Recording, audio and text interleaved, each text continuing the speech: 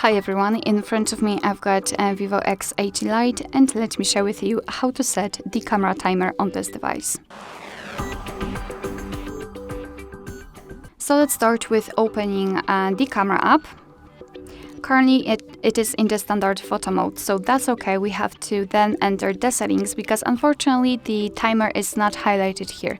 So let's tap on the settings in the right upper corner, and as you can see, the second bar in this option bar, let's say, is connected with the timer. We've got 4 different options, so off, 3, 5 and 10 seconds delay. So let me choose 10 seconds delay, just tap on it, it will be immediately highlighted.